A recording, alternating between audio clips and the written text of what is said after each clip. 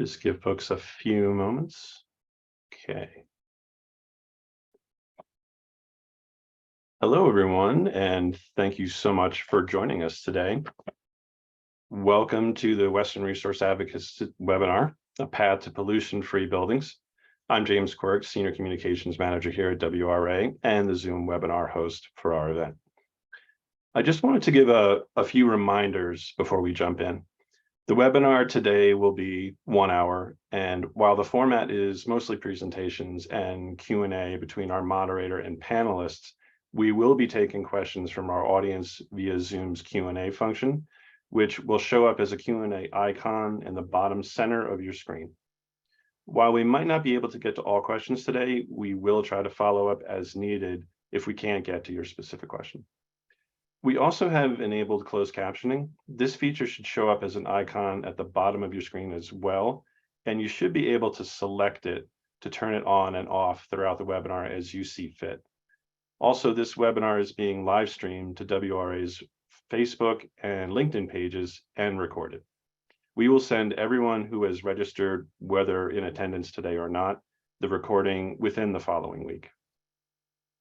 Before I turn this over to our moderator, I would like to first thank our sponsors for today's event. First up, our impact sponsor, First Bank, our premier sponsors, SWEEP Energy and Vision Ridge Partners, and finally, our signature partners, SCARPA, Southwest Energy Efficiency Project, or SWEEP, and Torch Clean Energy. As a nonprofit, our work depends on donations and partnerships with businesses, organizations, and individuals throughout our region and beyond. Our generous sponsors and supporters allow WRA to bring you important programming and resources like today's webinar, and to share solutions to the region's most pressing conservation challenges. Now with that, I'll turn this over to our moderator, Stacey Telling-Houston. Stacey is Deputy Director for Policy Development here at WRA. In her role, Stacey advances climate policies that support clean energy across the organization's 7-state region and ensures there are equitable benefits for the region's diverse residents. She represents WRA in state regulatory commissions and works with partners to develop legislation to catalyze the transition to a low carbon economy. Stacey, welcome. Thank you, James, and welcome everyone. Thank you for joining us today. I am really looking forward to the discussion with our panelists today.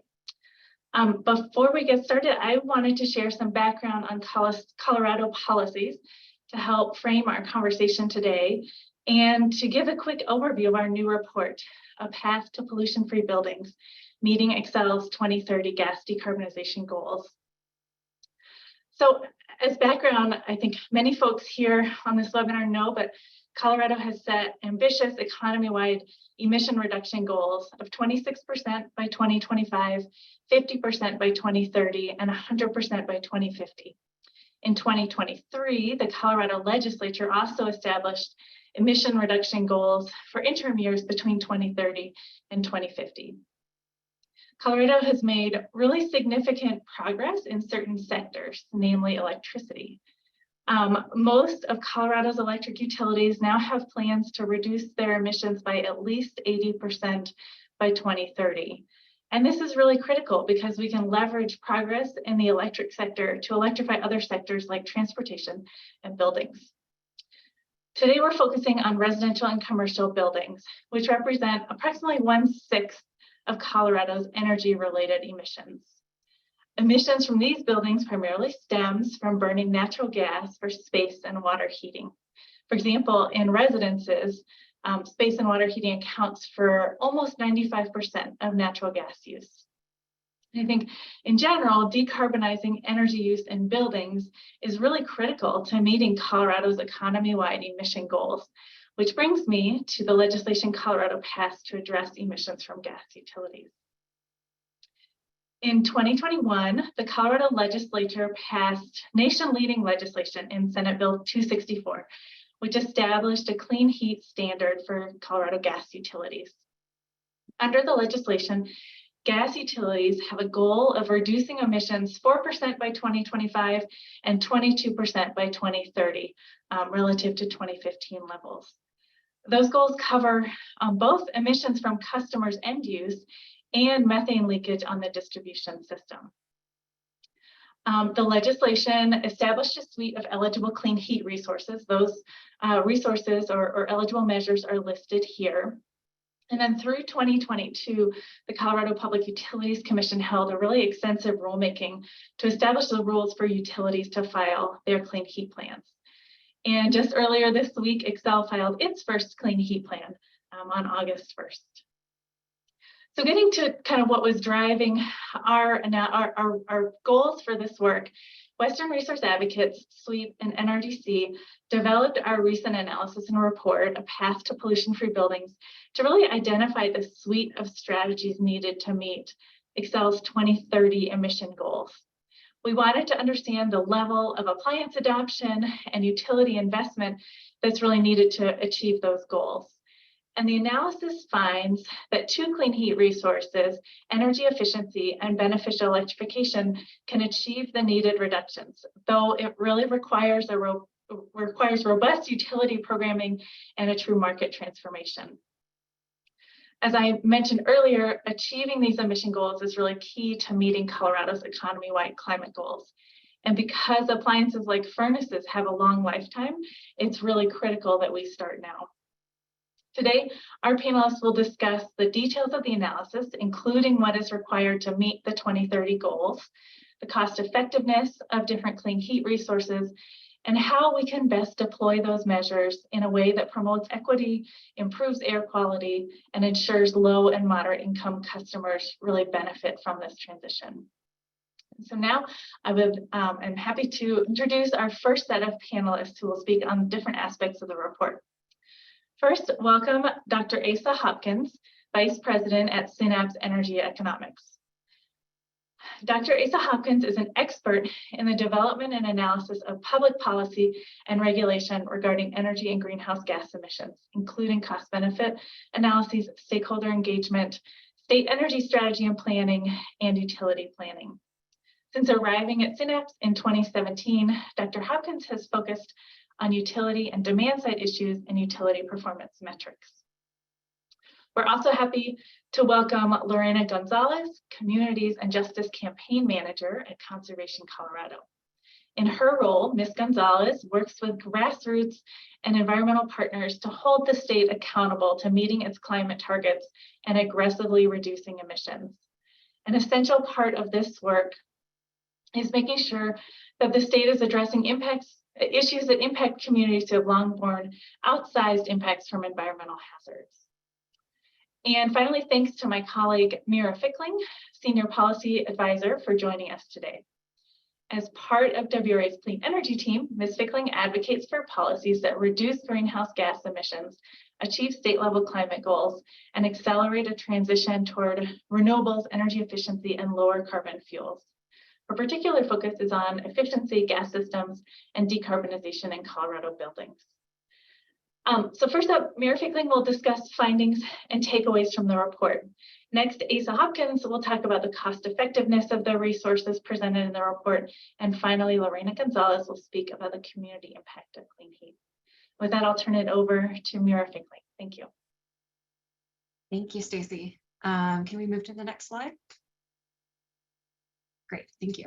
Yeah, so meeting the clean heat targets is not going to be a small task. Xcel's retail gas sales and its greenhouse gas emissions have grown by about 10% since 2015, which is the baseline year for the clean heat targets. So meeting the targets not only requires them to reverse course, but reduce emissions by almost 30% from today's levels. But meeting the target is still possible, and it requires a market transformation for heat pumps within 7 years. So to achieve this, we need to, 1, incentivize Coloradans to replace ACs, gas furnaces, and gas water heaters at end of life with heat pumps and heat pump water heaters. As we'll get into in a minute, AC replacements are really driving heat pump adoption in our scenarios. 2, accelerate efficiency savings from weatherization, insulation, behavioral efficiency, and other programs. 3, front load spending on workforce development and customer education. And 4, ensure that low-income households are included in the transition. Next slide, please. So this slide shows the challenge in a little more detail. And it shows that Xcel's gas sales have slowly increased since 2015 by a little over a percentage point per year.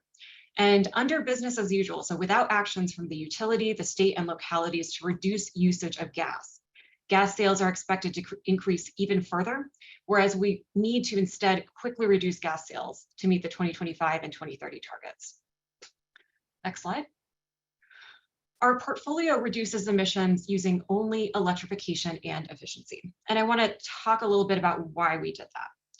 So the Clean Heat Law gives us three main pathways to reduce emissions that are allowed by law. Energy efficiency, or reducing the amount of gas you have to burn for space and water heating. Electrification, or switching your gas burning appliances for ones that use electricity. Or alternate pipeline fuel. So in other words, substituting hydrogen or renewable natural gas for a portion of the fossil gas that's piped into your home or business. We chose not, actually, if you could go back to the previous slide, thank you. We chose not to incorporate that third option, alternate pipeline fuels, in our portfolio for a couple of reasons. One, both renewable natural gas and hydrogen are limited in how much they can contribute to those targets. So the total potential RNG, or renewable natural gas, in Colorado would substitute for only about 5% of the total natural gas demand in the state. And the appliances in our homes aren't designed to run on hydrogen. So some estimates suggest that the maximum safe hydrogen blend in gas appliances is only 5% by volume, which would correlate to about a 3% reduction in emissions, so relatively limited in potential. The second reason we decided not to incorporate these resources is cost. Hydrogen and RNG cost several times more than natural gas does today. On a cost per ton of greenhouse gas emissions basis, hydrogen and RNG would cost ratepayers about 5 times more than rebates for cold climate heat pumps do today at current rebate levels. So we found that the most cost-effective way to construct this portfolio was through electrification and efficiency measures. Next slide. I think there's a slide that precedes that.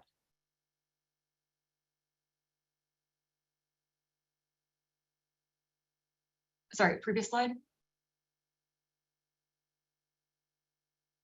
Next slide. So just to provide some summary facts about our portfolio, and before I get into the numbers, an overall note. For the most part, we target end-of-life replacements. That's because the vast majority of households replace their furnace, AC, or water heater when it fails. So that's when it makes the most sense for families to buy a heat pump, because they'd have to replace their appliance anyway. So all of the numbers here refer to the percentages of replacements of failed appliances. These are not the percentages of all households. Moving on to some of the numbers. So first, we need to ramp up gas efficiency savings by about 20% while transitioning those savings from gas appliances, which are the majority of Xcel's gas efficiency programs today, to weatherization and other ways of reducing energy demand for heating. This is really important since weatherization not only reduces emissions, but it also reduces the cost of electrifying both for customers and in terms of grid impacts. By 2029, all new homes are built all electric. We see new buildings as low-hanging fruit. They're already cheaper to build all electric, and there's a state electric ready model code in place that localities need to adopt when they update their codes. And a lot of cities along the Front Range in Xcel's service territory are already adopting either all electric or electric preferred codes for new buildings. So for example, Denver, North Glen, Lafayette, and Erie, to name a few cities that have done so. The workhouse of our portfolio is AC replacements with heat pumps. So we assume that by 2029, 100% of residential AC units are replaced by heat pumps on burnout. Incentives drive this transition. With IRA and state tax credits, standard heat pumps are already cheaper than ACs. But to facilitate this, we also do recommend that the state pass a law or regulation requiring ACs to be two-way, so providing both heating and cooling by 2029. And by 2029, 75% of residential gas water heaters are replaced on burnout with heat pump water heaters. So here you see a slide that shows how our portfolio drives emissions. So as you can see, electrification drives almost 90% of the savings by 2030. Although efficiency does play a larger role relative to electrification in early years. It does take a few years for electric appliance sales to really ramp up, but our portfolio starts to bend the curve of gas sales almost immediately. So sales start falling rather than rising. And as heat pump sales start to accelerate later in the decade, gas consumption starts to fall more dramatically. Next slide, please.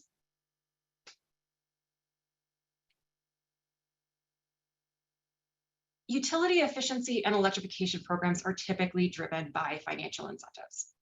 And incentives are important. It's critical that we close the gap between the cost of a gas furnace and AC and the cost of a cold climate heat pump if we are to drive this transition. I do want to note that they're necessary, not sufficient. And if we rely on large incentives alone to drive the transition, that's not the most cost-effective way to do so. So we really tried also to look at other complementary policies that largely don't require much money to help speed the transition. So on contractor outreach and marketing, we looked to Maine as a model. Maine is a cold state. It's even colder than Colorado, and it has already ramped up its market for heat pumps close to where Colorado needs to be in 2030. In the past 4 years, they've achieved annual sales growth of 50 to 100% every year, which is exactly what Xcel needs to do over the next few years to be successful. And there are some key lessons learned from their programs and other states around the country. And I could go into a lot more detail than time allows, but the bottom line is that they've structured their programs to be very easy for contractors to access and provide incentives for contractors to sell as many heat pumps as possible to customers. Additionally, codes and standards can play a really significant role. Building codes that encourage electrification are popping up along the Front Range, and that's a really critical piece. Again, a two-way AC standard would really help provide direction to the AC market. And these are appliances that are already cheaper than one-way ACs with incentives. So on this slide, you see our proposed budget for incentives.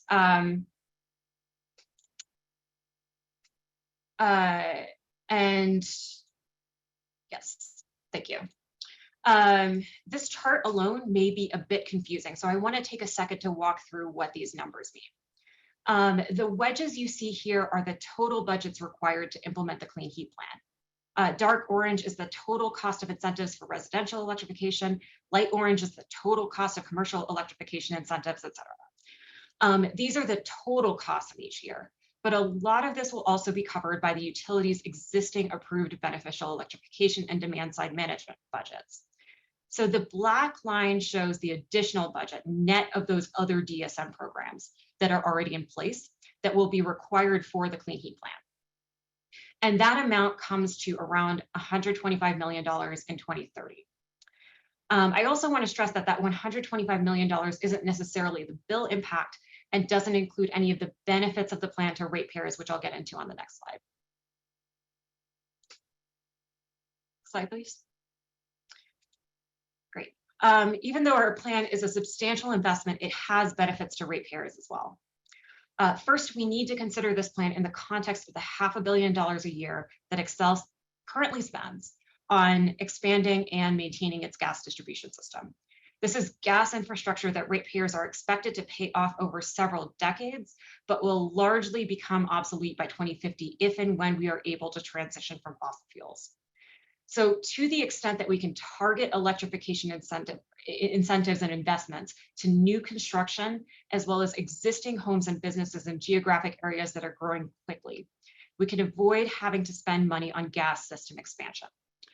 Our conservative estimate is that the portfolio would avoid over $50 million in gas infrastructure spending in 2030, just based on new construction alone. That leaves out how electrification of existing buildings can also avoid spending on the gas system. So although this plan is a big investment, it also has substantial benefits for ratepayers monetarily. Additionally, the plan avoids $200 million per year in carbon emissions. It improves home comfort, air quality, and cooling access. It reduces exposure to gas price shocks like the one we just experienced this past winter due to the war in Ukraine. And finally, this is an upfront investment in a long-term transition. So if we are able to make heat pumps the default option for HVAC in Colorado, we won't have to spend as much if anything, on incentives in the decades to come, but we'll still see greenhouse gas emissions reductions as more people replace their ACs, their gas furnaces, and their gas water heaters on failure. And that's different from fuels like renewable natural gas, which has an increasing marginal cost. The more you need to get it from expensive sources like animal manure and food waste, as opposed to cheaper sources like landfill gas. So, this is really an investment in what we need to do to decarbonize long term. And with that, thanks so much for your attention. Happy to answer any questions. And I think we'll now turn it over to Dr. Asa Hopkins, who'll discuss some of the cost effectiveness analysis that Synapse has done. Thank you, Stacy. You can move on to the next slide. I'm just going to talk a little bit about some analysis that those of us at Synapse did for Western Resource Advocates. A separate report describing our analysis is forthcoming. I want to make a point that you see the rest of the names below mine on the slide, who did the vast majority of this work: Kenji, Ellen, Philip, Kyle, and Paul. I'm pleased to be here to represent our work today. Next slide. Just for those of you who don't know who Synapse is, we've been around for almost 30 years. We're based in the Boston area. We work for public interest and government clients, providing rigorous analysis of the energy sector. And we're a goodly size, but not enormously, but not too big organization. So now you know a little bit about us. The scope for our work was really looking at these three different resources that Mira was just talking about: electrification, renewable natural gas, and green hydrogen, and trying to understand what those resources look like from a utility cost perspective.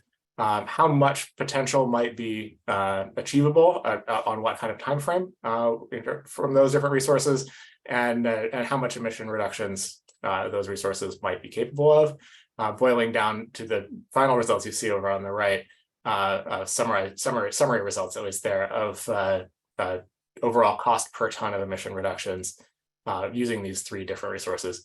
We were focused exclusively on the residential sector for this analysis.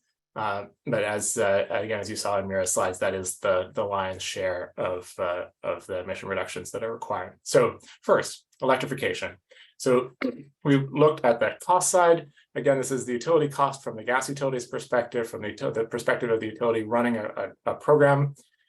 So these are primarily based on incentive amounts for heat pumps and heat pump water heaters. We looked at existing levels of incentive offered in different states. So that's the dollars side at the top of the ratio. The emission reductions from electrification come from the greater efficiency of electric equipment and from the fact that the electric grid is relatively clean and getting cleaner rapidly. The ability of electrification to reduce emissions is limited by stock turnover rates. This is exactly the same thing, again, that Mira was just talking about, that absent some much larger incentives and costs associated with early replacement, the sort of path of most cost effectiveness has to do with capturing market share at the time that folks are replacing equipment, whether DAC or heating equipment. For renewable natural gas, the cost is based on the incremental fuel cost, so the cost of renewable natural gas above and beyond the cost of the energy equivalent cost of fossil-derived methane. The emissions reduction in this case depends on what the different feedstocks are. The life cycle emissions of renewable natural gas depend very heavily on where that biologically sourced methane is coming from and what the process is to acquire it and carry it to customers. And the potential in this case is limited by regional resource availability. There's only so much biomass that is readily transformable into methane. So we look closely at how much of that there is when thinking about portfolio construction. And then finally, green hydrogen. Again, we're looking at the incremental fuel cost on an energy basis. We recognize that there are substantial tax incentives in the Inflation Reduction Act that you'll see in a moment, which have a strong effect on the cost of green hydrogen. The potential is limited by blending limits for both gas pipeline safety and customer equipment safety. In our case, we assumed that green hydrogen could ramp up to about 10% by volume, which is about maybe 5% or so, a little less than that by energy, but ramping up slowly over time to account for the need for that resource to scale over time. Emission reduction, we basically assumed that that green hydrogen was produced from zero hydrogen electricity, so a simplifying assumption of that green hydrogen as a zero emission fuel. So you can see over there on the right that the net result for the Xcel scenarios for heat pumps about $100 a ton levelized over time. RNG and green hydrogen about 2.5 times as expensive on a levelized basis. Next slide. So this shows a little bit of the time dynamics that are going on there. Heat pump emission reductions are more expensive early and less expensive later, largely because the amount of emission reductions that you get per heat pump increase over time as the electric grid is getting cleaner. For RNG, you see the effect that Mira mentioned, where increasing demand over time results in needing to get access to more expensive RNG resources. And so that RNG cost per ton actually increases over time. The underlying technology cost on green hydrogen is falling. It's a rapidly evolving technology. However, you can see the scale of the IRA tax incentives there, bringing what would be numbers above $700 a ton down to be in the range with RNG and heat pumps until those tax credits expire, and then the cost pops up to its sort of more sort of physical and economic based cost. But as you see, the heat pump option on a utility cost per ton basis is the lowest cost resource across those three in each year of our analysis. Next slide. So we looked at a couple of different portfolios just to compare. They achieve the same level of emission reductions by 2040. But one of them is a sort of as many heat pumps as you can imagine getting in with stock replacement and then fill in the rest with the other fuels. Whereas the other is how much RNG and hydrogen could you possibly plausibly get access to? And then how do you still achieve your emissions reductions with some amount of electrification? So sort of electrification first versus fuels first. Neither of these is intended to reflect any state-specific compliance pathway. The work in the report that the subject of the rest of this webinar is really tailored to that purpose. This is more of a big picture comparison. Next slide. So when you put the cost per ton that we put in, that we showed you minutes ago, into those different scenarios, you see that the electrification forward scenario, not unexpectedly, comes out to have a lower portfolio cost overall in terms of cost per ton of emissions reduction. Next slide. So on to Ms. Gonzalez. I'm happy to take questions after. Thank you, Asa and Lorena. Thank you for joining us now. Thank you, Stacy. Again, hi, everybody. My name is Lorena Gonzalez. I appreciate you all having me here today. So I know that the concepts we are discussing today can seem a little abstract. So I'm going to talk about what this actually translates to in our own lives in the context of public health, community benefits, and we'll have equity and environmental justice sprinkled throughout because they are both a requisite to achieving pollution-free buildings. Next slide, please. So as we've heard from advocates, so many of our homes and places where we work commonly use natural gas as fuel for heating and cooling. But natural gas isn't harmless. Its main ingredient is methane, which is a planet-warming gas that can negatively impact our health. Inside of our homes, natural gas-powered appliances such as furnaces, boilers, and water heaters can release air pollutants that are harmful due to their high concentration in close quarters, causing dangerous indoor air pollution and endangering our respiratory health. And according to the EPA, Americans spend more than 90% of their time indoors, where concentrations of some pollutants can range from 2 to 5 times as high as outdoor concentrations. So this is not nothing, right? So let's talk about the health impacts. So natural gas produces the byproduct of nitrogen dioxide, which is an air pollutant that can reduce lung function, cause inflammation of airways, increase asthma attacks, and worsen other respiratory issues. And it's also known to harm children's respiratory tract and cognitive development. And to layer on that, I do want to reference a study released in June where Stanford scientists in 2022 measured benzene from gas stoves in 87 California and Colorado homes. They found both natural gas and propane stoves emitted detectable levels of benzene that in some homes raised indoor benzene concentrations above established health benchmarks. They also found that benzene pollution can migrate throughout a home, and good ventilation can typically help reduce the concentration of this pollutant, but the researchers found that exhaust fans were often ineffective at eliminating benzene exposure. And for those who don't know, benzene is linked to leukemia and other blood cell cancers. In addition to that, it's really important to highlight how this impacts folks across different intersections. We know this burden falls heaviest on low-income populations and communities of color who may inhabit smaller and older homes or apartment buildings with structural and maintenance issues that may require home repairs before installing new energy equipment. Not only that, but these communities are less likely to have range hoods or other ventilation in place, and also tend to have higher existing rates of respiratory disease like asthma. Next slide, please.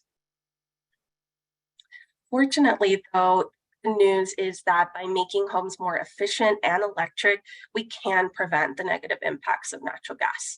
So by swapping gas appliances for electric ones when they reach the end of their life, and by implementing building energy efficiency measures like air sealing and insulation, all of that can help facilitate healthy and safe indoor air quality, which is what we all want, right? To not have to think twice about the air that we and our families are breathing inside of our homes.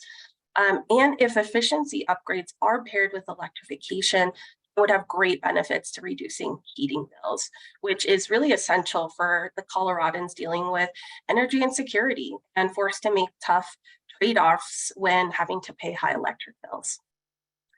From a climate perspective, it is worth naming that at this moment in time, we saw July make history as the hottest month ever recorded, leaving those without cooling at high risk of heat illness. And in fact, 30% of Denver residents do not have air conditioning.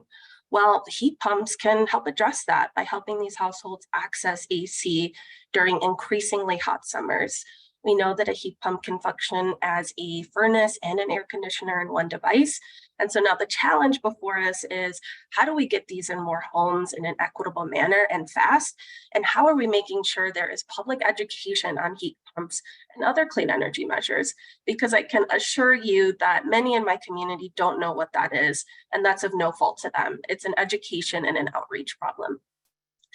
Another point on climate is that Colorado is behind on our near-term economy-wide greenhouse gas pollution reduction targets. And so we really must prioritize measures that work with us, not against us. Adopting electrification and energy efficiency at scale can help us stay on course and avoid climate disaster. Next slide, please. So next, I'd like to spend some time talking about the environmental justice and equity implications of transitioning to clean heat, which must be kept front and center in this conversation. And so one of the pillars of environmental justice is distributive justice, ensuring there's an equitable distribution of benefits. When it comes to clean energy measures, the truth is that they've disproportionately benefited higher income households. And that has created distrust among underserved and disproportionately impacted communities. And it's really unfortunate because these folks stand to benefit the most from these interventions, as they often face poor outdoor air quality, often having no reprieve from pollution outdoors or indoors. And they also face a slew of economic barriers. Some of those barriers that we need to account for in the transition to clean heat are the upfront costs of new electric appliances or required home renovations, which do pose a barrier for low-income families who may not have the disposable income. And another barrier we need to solve for is ensuring that renters are able to benefit from electrification and energy efficiency measures. We need policies targeted to renters because there's a split incentive problem. While a renter may receive an incentive, landlords do not. And renters also understandably fear that any upgrades may mean an increase in rent or even eviction in order to rent the property to more affluent renters. So it's something that we definitely need to keep top of mind. So as is mentioned in the report, that's why it's so crucial that Xcel and the PUC ensure that there are strategic and robust incentives, as well as on-bill financing for low and moderate households to lower the cost of electrification and enable those investments in energy efficiency and energy efficient appliances. And this can result in improved indoor air quality, lower energy bills, and it'll also offer greater resilience against rising gas prices. And so to close, I do want to again thank my colleagues for crafting such an important report. And I cannot emphasize enough the need for the clean heat plan of our state's largest utility to prioritize those targeted and strategic investments of the clean energy measures discussed today, specifically to low-income households and disproportionately impacted communities. So thank you again for having me today. Thank you to all of our presenters. And we have about 25 minutes left. We're entering the question and answer portion of our conversation. And as part of that, I'd like to welcome 2 more panelists to our group. First, please welcome Justin Brandt, Utility Program Manager at Southwest Energy Efficiency Project. Mr. Brandt leads SWEEP's work around the gas transition and decarbonization of gas utilities, advocating at public utilities commissions around the Southwest for stronger energy efficiency, demand management, rate design, and beneficial electrification. Welcome, Justin. And I'd also like to introduce Kiki Velez, Equitable Gas Transition Advocate at Natural Resources Defense Council. And Ms. Velez focuses on an equitable transition to clean electricity in buildings with a particular focus on achieving a managed gas system transition. Justin and Kiki were primary authors of the report, A Path to Pollution-Free Buildings, and we're happy that they are here to share their perspectives today. And so I'd invite all of the panelists to turn your cameras on now, and also just want to remind the audience again, feel free please to ask questions in the Q&A function at the bottom of the Zoom screen. And we've gotten a few questions here, and we will hopefully have time to answer several of them at the end, but I have a few pre-planned questions to start. So let's see, perhaps to start, I will turn to Asa. Asa, you work in states around the country, some of which have similarly ambitious emission reduction goals. Is the kind of market transformation that we're discussing here even feasible? And are there lessons Colorado can learn from other jurisdictions? Thanks, Stacey. I guess first answer is achievable, yes, easy, no. The level of ambition required to decarbonize entire sectors of the economy in relatively short order is a big task, right? So that said, there are places, if you look across and pick what's people doing best for different components and able to put it all together, and we're all able to learn from each other, then I think we're in a much better shape than states trying to reinvent wheels time after time. Maine is as Mira mentioned a couple of times in her summary, is a really promising place to look. They've been able to develop workforce to really change the default about how people think, right? I mean, that's what market transformation is, right? Is what am I shopping for? Am I shopping for heating? Am I shopping for a heat pump? Am I shopping for a replacement gas furnace?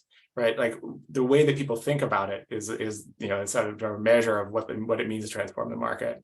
So a place where there is market excitement, right? And when you call someone up, they're like, yeah, sure, I'm happy to come install that for you, right? The workforce piece, getting the contractors on board, that's a critical piece that goes along with any incentive budgets or the rest of it, is knowing that when you call up a contractor, you're going to get someone who's experienced, who's done a bunch of relevant work. You can talk to their other customers, right? You can know that they're excited to come and make that installation for you. I think there's going to be, each state is going to try things a little differently. And if we're always doing a good job of keeping an eye out across the country to say, oh yeah, there's this great thing that somebody tried in Vermont or in Minnesota or in California or in Texas, right? We should be able to think about how to bring that to bear in each state and, help everybody up their game.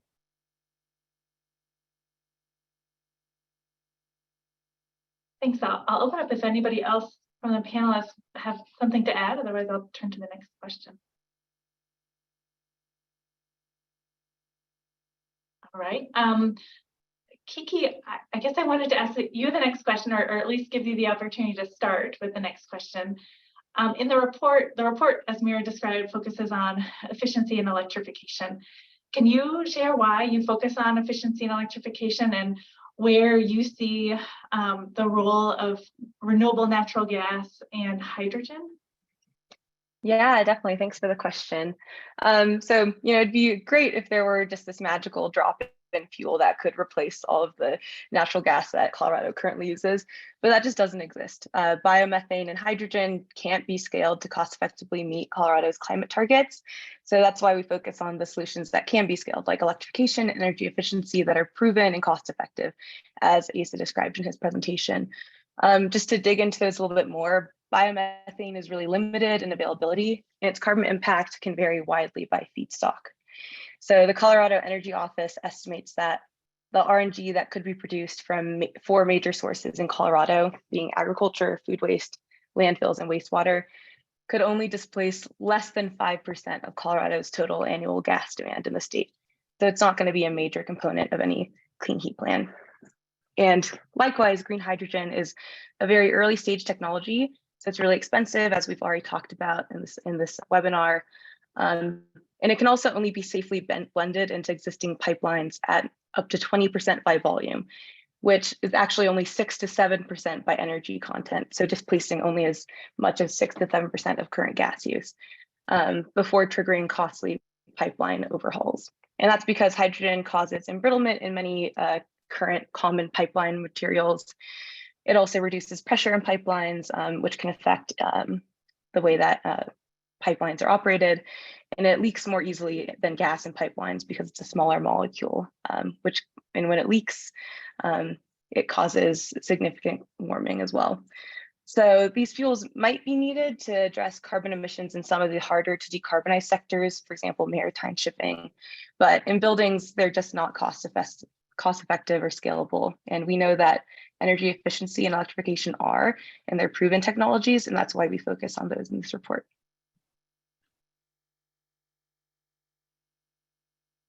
Thank you. And I don't know if others wanted to chime in with any additional thoughts on that. Yeah, I guess just to add, I think another, I see energy efficiency and electrification as sort of no regret strategies. Investing in some of these alternative fuels means we need to continue investing in the maintaining and expanding the gas system as we have, which comes at significant cost. And if Colorado is to meet its long-term emission reduction targets, we need to reduce gas usage almost to zero, essentially. So by continuing investments at the pace we've been at, we really risk huge future costs that will need to be paid for. But by investing now in energy efficiency and electrification, we can hopefully avoid a significant amount of those costs. Thanks, Justin. And we've gotten a couple questions about the Clean Heat Plan that Xcel just filed. And so I want to turn to Mira. Mira, recognizing that you've had less than 48 hours to review the plan that was filed, I don't know if you have any high-level takeaways that you can share from it and how it compares with the portfolio of measures that WRA, SWEEP, and NRDC have laid out in the new report.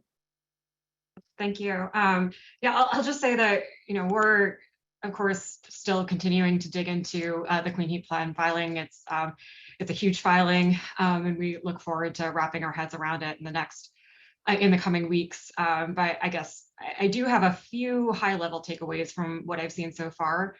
So one is just that, I mean, the plan just reinforces that electrification is a cost-effective part of every portfolio of measures to reduce emissions in buildings. And I think this speaks to the future of heating in Colorado, that like no matter what portfolio you look at, ours, Xcel's, we are going to be deploying thousands of heat pumps across the Front Range.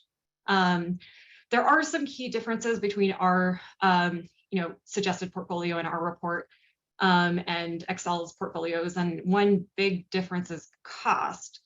Our proposed plan is less expensive for ratepayers than I think all of the Xcel portfolios. And we're still digging into the details to figure out where we differ. But I'll just say that we really made an effort in our analysis to maximize the greenhouse gas reductions for every dollar that we're asking ratepayers to spend. And that's what leads us to look into how best to leverage federal and state incentives for electrification. It also leads us to look into complementary policies, what other states are doing so that we don't reinvent the wheel, as Asa suggested, because there's already a lot of money out there for electrification. When you look at the IRA incentives, the state tax credits that Colorado is offering, but there are significant barriers to electrification in Colorado, with heat pumps starting at around 2% market penetration according to the roadmap. And you can pay people enough money to get them to want to overcome those barriers, but it can be most cost effective to target the barriers themselves. And I'll just reiterate that codes and standards play a significant role in making this transition cost effective. So one of the things that we're going to be evaluating when we look at the clean heat plan is how Xcel captured the impact of local electric and electric preferred building codes on new construction. We also do recommend a two-way AC standard, and I realize that's not something that Xcel has direct control over, but we hope that Xcel will join us in advocating for policies like that at the state level that can make this transition cost effective for ratepayers. The other key sort of difference that stuck out to me was the resources in the portfolios. So about a third of Xcel's preferred portfolio is certified natural gas and offsets. So what is certified natural gas? It's gas that's been certified usually by a third party to reduce methane leaks upstream during production and transportation in pipelines. And what's important about that is that it's still natural gas. When you burn it in your appliances, it produces the exact same CO2, the exact same NOx, et cetera, because it's natural gas. And that's why certified gas isn't included in the clean heat standard. It's not compliant for reducing emissions under that law because it doesn't reduce emissions from burning gas in your appliances because it's gas. So that's a concern for us. We are concerned that it's included in the portfolios, and a broader concern, as Justin alluded to, about getting so much of your emissions reductions essentially from investments in other gas, is that it prolongs spending on gas distribution system infrastructure. And there's no way that we can get to zero emissions, which is, net zero is our target for 2050, without at some point reducing our consumption of gas in buildings to near zero, which means that our spending on the gas distribution system today is going to be stranded. And that's the advantage of relying on electrification instead. So it not only invests in the long-term decarbonization that we need in buildings instead of stopgaps, but it also avoids that spending on the gas system, and it saves ratepayers that money. And that needs to be taken into account in evaluating the cost of these portfolios. So yeah, again, certainly look forward to continuing to dig into this in the coming weeks, but just some initial impressions.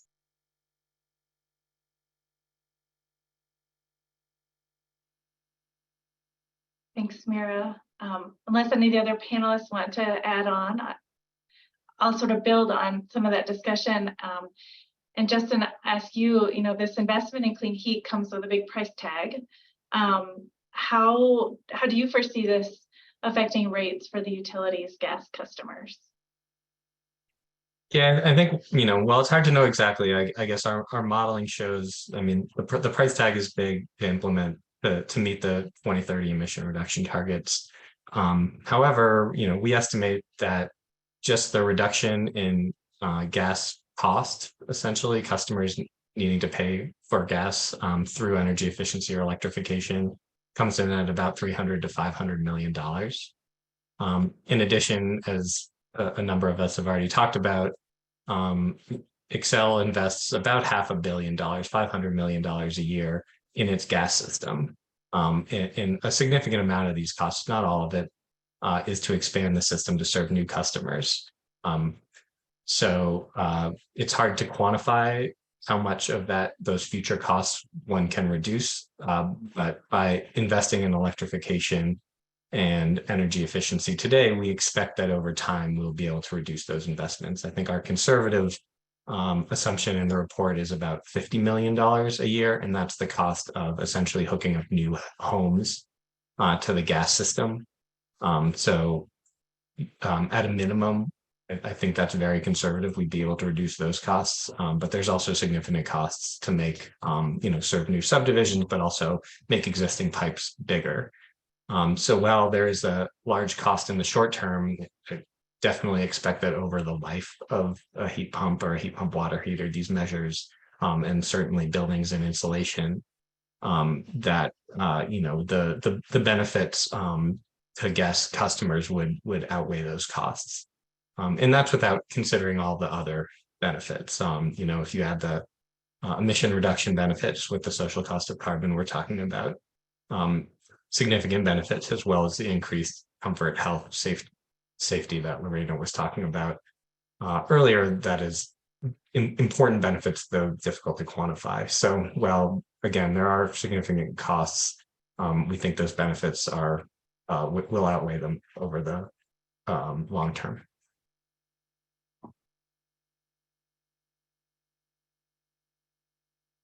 Thanks, Justin. And we've gotten a number of questions in the chat about,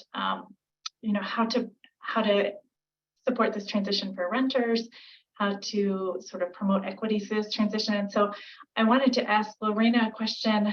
Are there complementary policies that you see as critical to enabling an equitable transition? You talked about some of these in your presentation, but I wonder if there's other, if there's legislation or local government policies that you think are also important to enact over the next decade. Yeah, thank you for the question, Stacy. So we do know that the upfront costs of heat pumps are high, right? And they may be untenable for some low-income families. And we also know that many of the low and moderate income households are not eligible for the federal or state tax credits. And so one role of the state legislature could be to provide additional funding for appliances and weatherization in low-income households. And as mentioned in my presentation, enabling that on-bill financing of these measures is critical. And that can be achieved through the PUC, or it could be directed through legislation.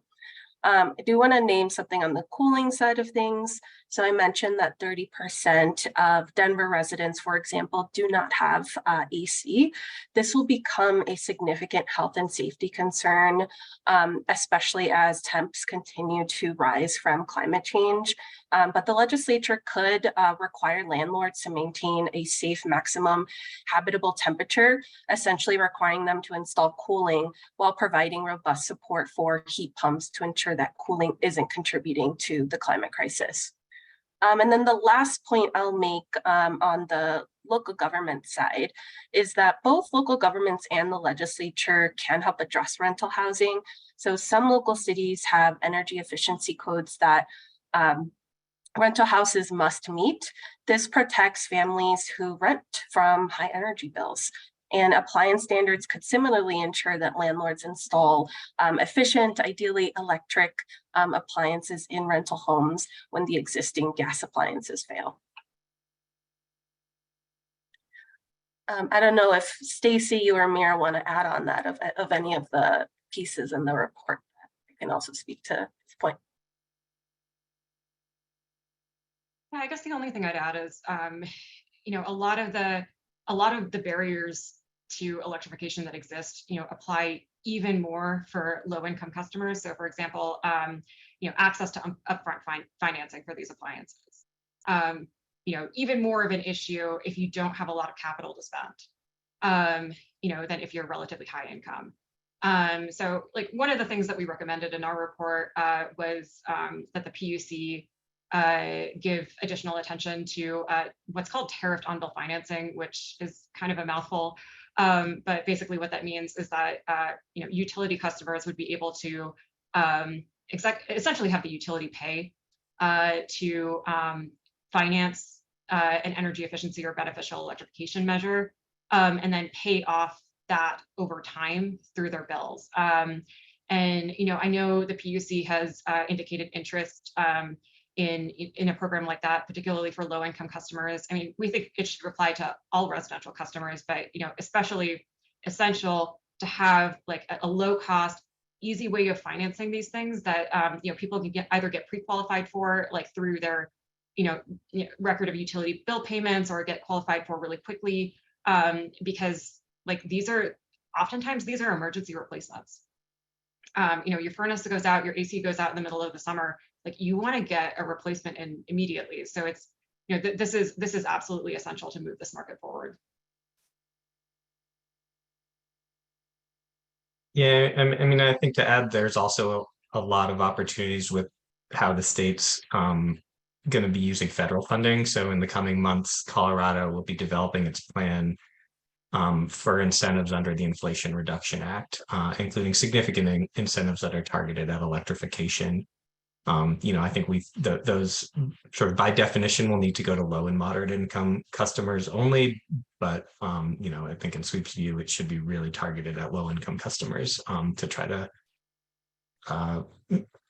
help the customers most in need move towards electrification. And there's significant dollars, you know, up to $14,000 per home available through those federal incentives. So there's a number of other federal programs that I think could also be targeted, but I think there is opportunity to bring the significant federal resources that are available to help fund income qualified electrification as well.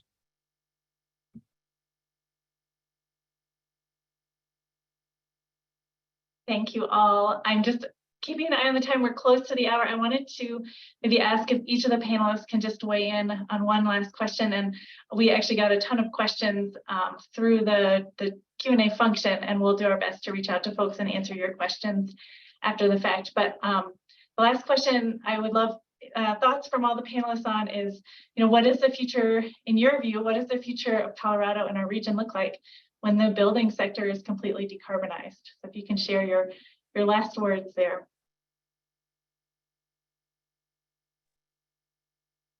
Go for it.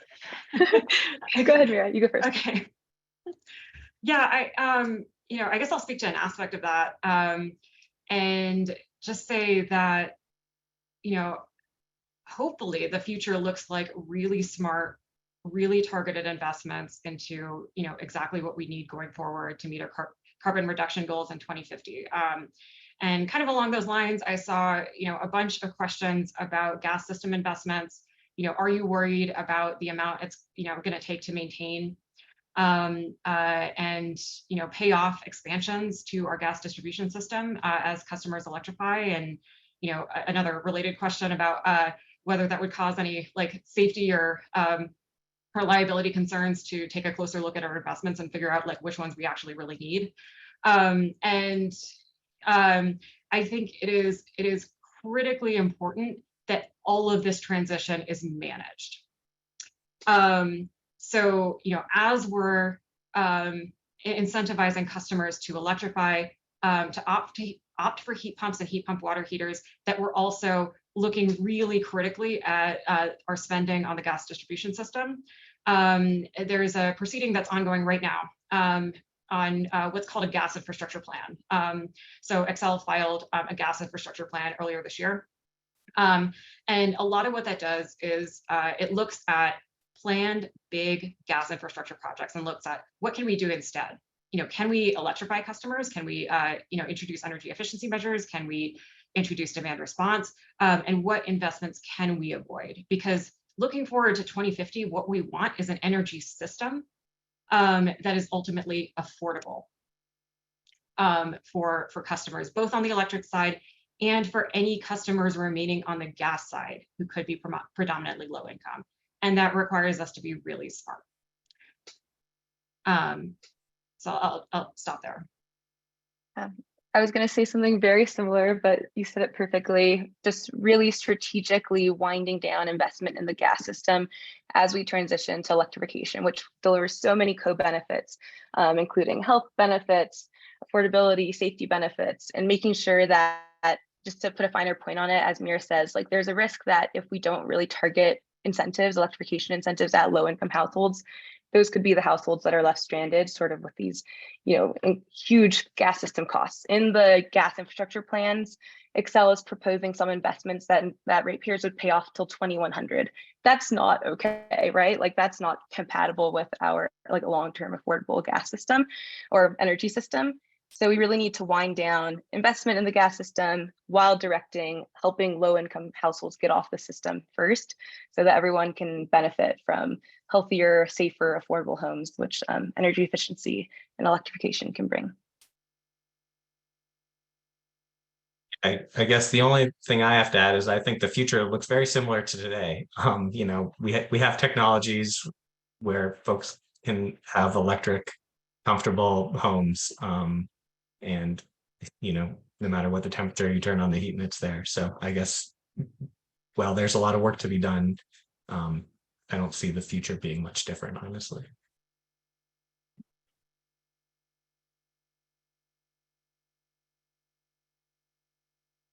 I think I might be last.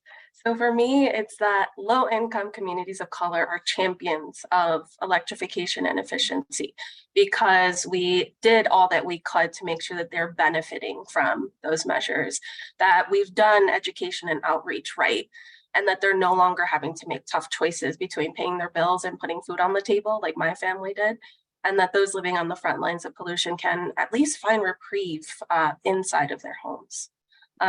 Also, maybe that we have achieved our climate targets in state law. That's what I've got. Thank you again to all the panelists. Thanks to members of the audience for their interest today. This has been an exciting conversation and look forward to working with many of you over the coming years to make it a reality.